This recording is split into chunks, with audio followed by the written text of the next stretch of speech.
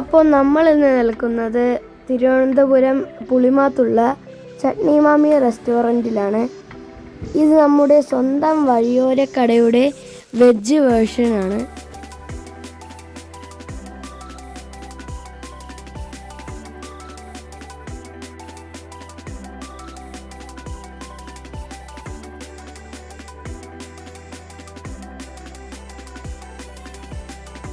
ഞങ്ങളുടെ ഒപ്പം എൻ്റെ വല്യച്ഛനും ഫാമിലിയും ഉണ്ടായിരുന്നു.